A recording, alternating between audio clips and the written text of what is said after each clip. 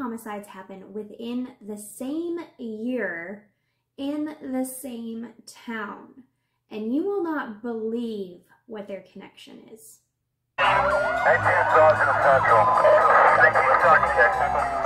Negative Sergeant Central. 19 Sergeant check. 18 Sergeant Central. 19 Sergeant check. Negative K, nothing further, just city camp in the corner. 18 Sergeant Central. 19 Sergeant check. We've got a code 187. Officers on the scene.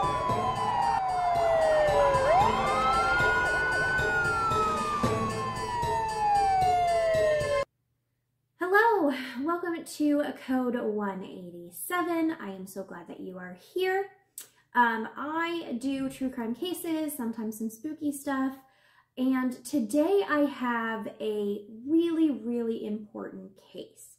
I think I say that about every case, but this one is one of two women that are part of the Indigenous community.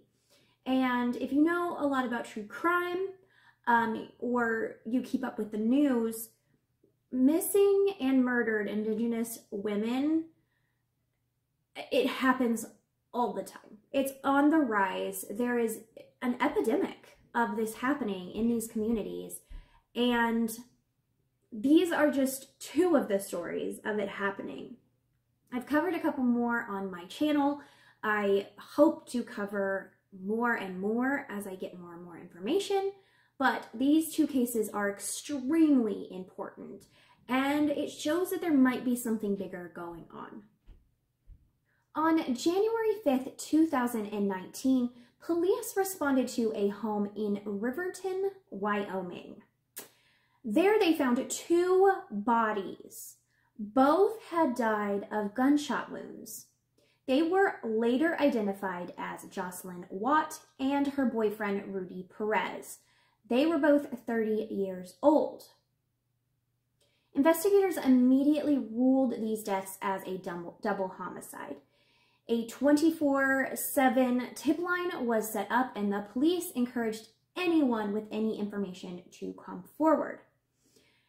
It was because they didn't have any leads in this investigation. Pretty much all they knew is that there were two bodies.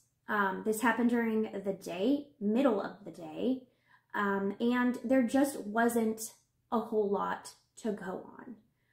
Investigators were not looking at this as a double suicide or a homicide-suicide situation. They immediately said this was two homicides by basically an intruder. However, months and months passed with no arrests in the case or any people of interest, really. The families got beyond frustrated at this point. I mean, they're frustrated to begin with because there's no leads, and then it's just month after month they're wanting answers, and it seemed like they may never get them. How can two people be murdered in the middle of the day without anyone seeing anything? This also took place in the middle of downtown. So this is in the middle of a city, basically, broad daylight, middle of the day, two people were shot, no one comes forward. Now, Jade Wagon, who is Jocelyn's mom, threw herself into the case. She regularly checked in with investigators and tried really hard to get the word out about this case. Jocelyn's sister, Jade, tried very hard herself to put the pieces together and see why this double homicide happened. But these answers just never came. All of her family became involved with the Missing and Murdered Indigenous Women campaign, which is a national-wide movement that advocates for the end of violence against Native women. They attended rallies and walks to raise awareness on this issue, and they carried pictures of Jocelyn to keep her story alive. Now, Jocelyn Awa was part of a pretty big family. She was one of 5 girls, and they were all really close. She grew up in Riverton, Wyoming, which she kind of grew up in the eastern corner of the Wind River Indian Reservation. The family had very, very deep faith in their Catholic beliefs, as well in indigenous practices of their Northern Arapaho heritage. Jocelyn was described as ambitious and determined. Her partner, Rudy Perez, worked as an electrician in town, and the couple loved traveling together and going to football games. Jocelyn and Rudy's case today is still unsolved, and there's not a lot of clues about who did this. As the 1-year anniversary of Jocelyn and Rudy's death approached, her family had plans to do this big memorial service in their honor. But on the day of the service, Jade, who is Jocelyn's sister, was nowhere to be seen. Their mother instantly knew something was wrong here. There was no way that Jade was going to miss something that was this important to the family and to her. I mean, these two sisters were very, very close. So the family reported Jade missing as well, but there wasn't really much to go on in her case either. They did determine that she was last seen leaving her job at the Wind River Casino on January 2nd, 2020. Multiple witnesses say they saw her leaving with some unknown people. But other than that, there was nothing to say where she went or what happened. Jade was a free spirit of the family. She was kind of the Spitfire. She was super funny and also a really great mother. She had 2 young children and they were her whole world. She was a great mom.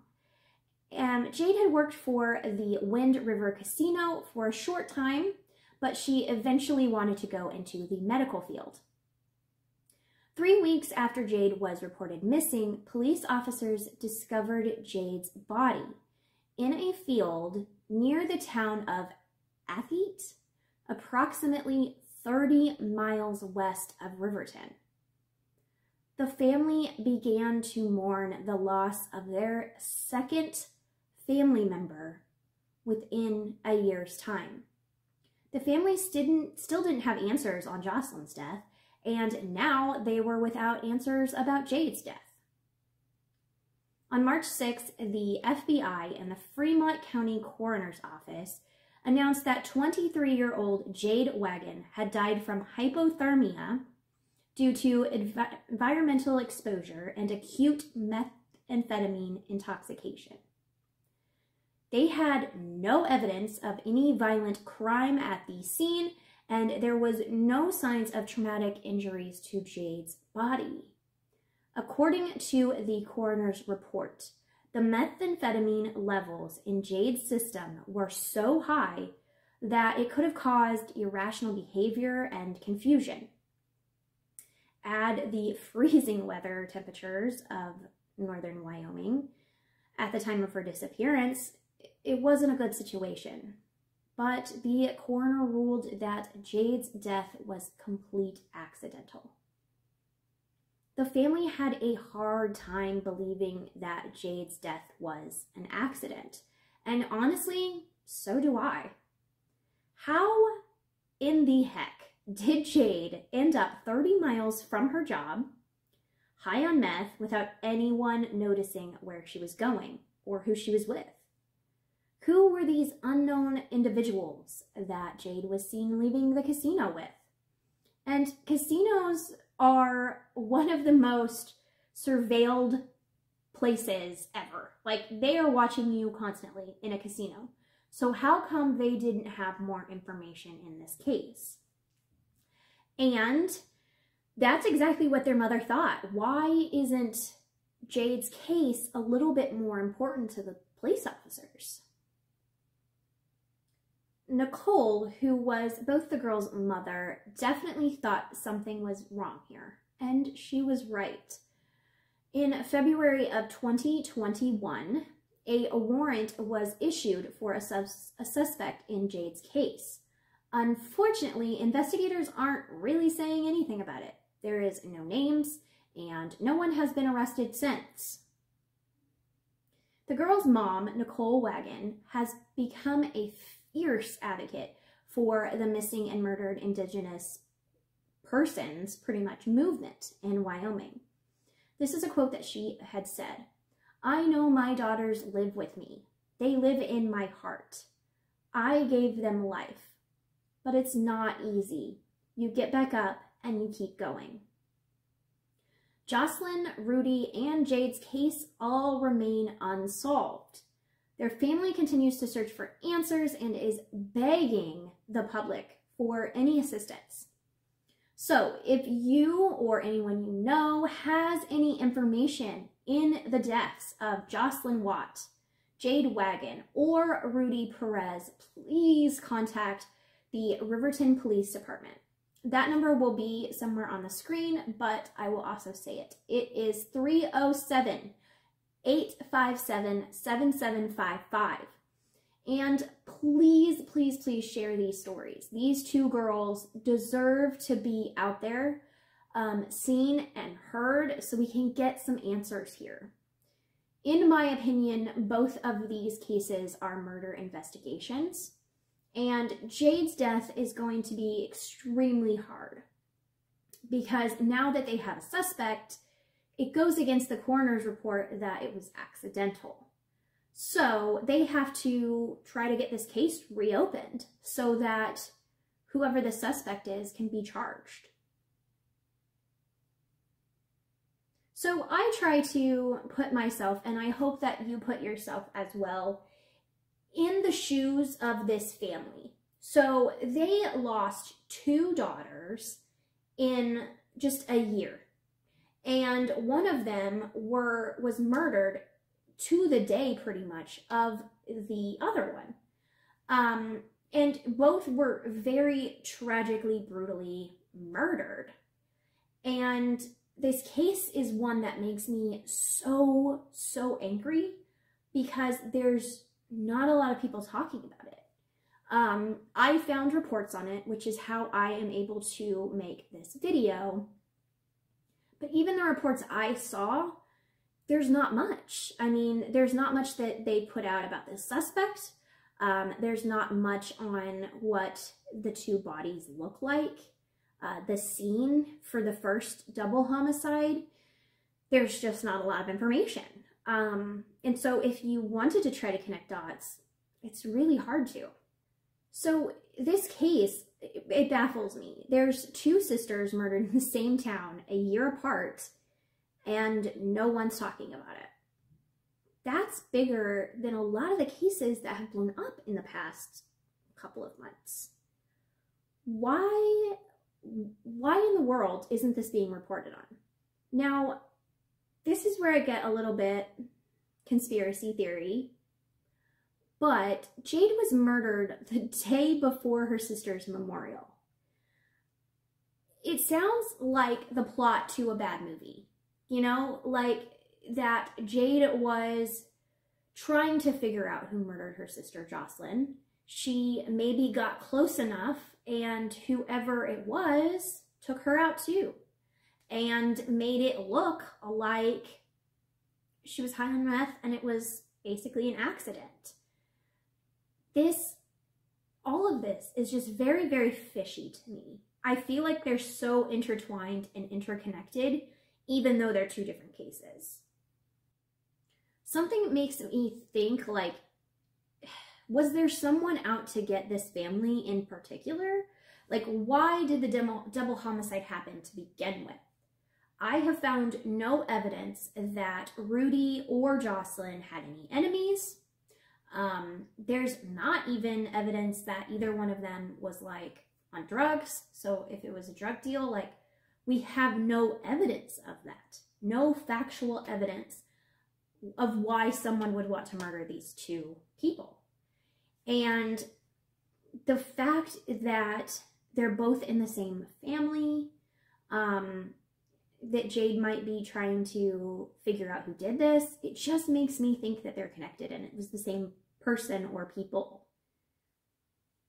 Now, this is where I go into the biggest rabbit hole of conspiracies, but it really makes you stop and think if there's something bigger going on here. Because you have these two cases, and in both cases, the police are kind of like, we don't know. Hands tied, we don't know. But yet, when some of these other cases that are big get huge attention, and the police investigators are determined to figure out who did something, there's no stopping them. They are like, we're going to find out who did it. And for Jade's case, like, I kind of understand them backing off a little bit, because the coroner's report did say it was accidental. But on this first case of Jocelyn and Rudy, this is a double homicide that is going to become a cold case. And the fact that the police aren't following up on leads, they aren't trying to get this media attention, really, really makes me very angry, and makes me think that it's because these are Indigenous women. And I know that that is very harsh of me to say. But if you look at it, like, there is a growing epidemic of missing and murdered Indigenous women. There's thousands upon thousands. Not even in the same state. I mean, you have a lot in northern states, Wyoming, North Dakota. There's quite a bit in Canada. But there's also Oklahoma. There's also Colorado. You have Kansas even. Like, you have these missing and murdered Indigenous females most of the time, but also males that are going missing, and no one's saying a word. No one cares. And it makes me think there's something going on, because, so on the surface level, there's an epidemic of this happening. So are the police thinking like, okay, this is a serial killer? But then if you think it can't be a serial killer, because different states, thousands upon thousands a year, I mean, it could be a system of serial killers. But it makes me wonder, because the police seem to be trying to cover all of this up. So are the police involved? Is this a bigger government issue between the American police system and the Indigenous people? I don't know. I don't want to jump to that conclusion so fast without evidence, but I don't understand what is going on. And I don't think anybody understands. I mean, I think to a certain extent, a lot of people think, okay, it's because these are people of color, and people that are white females get noticed in the media more than any other person of color. It's just a fact. And so I think it goes, people think a lot about, okay, it's just because they're people of color. But there's something happening here. There has to be something happening here. Like, this is, I mean, you just go on and search for missing and murdered Indigenous women, and it's just list upon list upon list. And what's really scary to me is investigators and police and the system has a way of pushing cases out further, okay? So like, if I went missing and it was suspected kidnapping or something like that, they would say that I am endangered. I am in danger, this is urgent, there's a bolo out, you know, like, everyone be aware. I don't feel like that's happening in these cases. I don't feel like there's a sense of urgency. I don't feel like the police are pushing it out. I don't feel like the media is pushing it out. We saw, like, right after Gabby Petito, we saw like this spike of people caring and rallying and being like, what is happening? And then it's fallen off again. And it's still happening. It didn't get less of a problem. So it's very hard for me to wrap my head around. Is there a media conspiracy? Are they kind of censoring or holding back different reports on missing and murdered Indigenous individuals? I don't know, but I know that I don't see it. I don't see these cases, and I am actively looking for cases all the time for my show, for my podcast. I am out there searching it out, and I still don't know. And so the people who aren't actively searching it out have no clue. It's sad. It's really, really sad. And I really wish there was something that I could do more, but I do know that getting cases like this that grab attention, that say, okay, there's something here, pushing those out, telling those stories are definitely going to grab people's attention and shake them and make them listen. So that's what I am trying to do in the bigger scheme of things. Voice my opinion on it. So I really urge you to share this video, but also like share the pictures, the people. I know a lot of YouTubers say, well, share my video for their gain. I am saying go on and find a news article about Jocelyn and Jade's and Rudy's case and share it on Facebook. Takes 5 minutes. Their faces will appear, their names will appear, and hopefully it will spark a bigger discussion. That's all I'm saying. It does not have to be this video. It doesn't even have to be you sharing my Instagram or my post on Facebook about it. It can be you taking the initiative to push this stuff out. So that's what I urge you to do. I urge you to do that in every case, but I feel very passionately that these cases are not being reported on. So I would love for just a small number of you to do this for me, for Jocelyn and Jade's and Rudy's families, because this is wrong. Something is wrong here, and both of these cases need serious attention. So that is my rant on the system and on things going on right now, but it's so important to me that this stuff gets out there. So thank you so much for listening to Jocelyn and Jade and Rudy's case. I really, really hope that in the next coming months, years, we see some movement in this case to where we can at least solve what happened and why. It just seems so questionable to me of why this even happened to begin with. The podcast is coming out super, super soon. I have a date now. It is coming out April 5th, okay? So the podcast will be premiering. The first couple episodes, I'm not gonna lie, we're getting our footing. You know, like the stories, the meat of it is really good, but we're still trying to get our feeling. But as we go on here, you'll see the podcast is really good, and it's something that I love. I really think that I was meant for this and telling these stories. So I'm so glad that I get to share with you guys. I've had a couple people say they're excited, which makes me excited.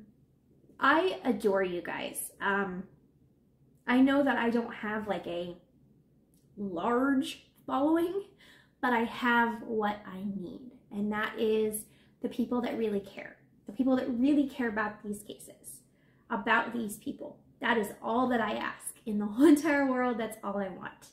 So thank you. Thank you for showing up for these important cases every week and just listening.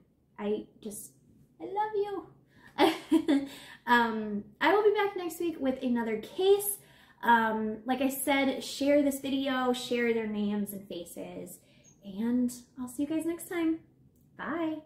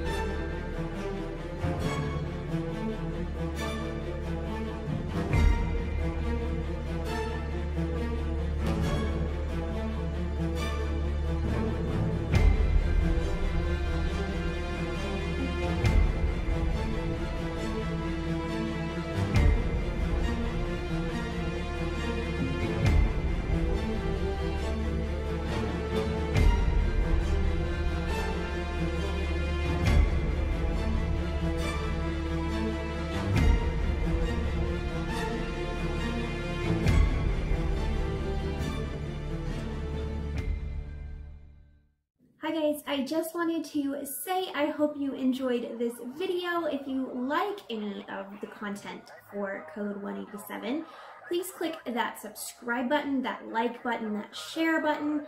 Help us out, help us grow. You can find us on your favorite podcast platforms. Yeah, check us out on there. Give us some ratings. Tell us what you think. We're also across every social media on Code 187, so we're on TikTok, Instagram, Twitter, Facebook, I think that's it, and of course YouTube. So please, please, please subscribe if you like our content and spread the word. We'll see you guys next time. Bye.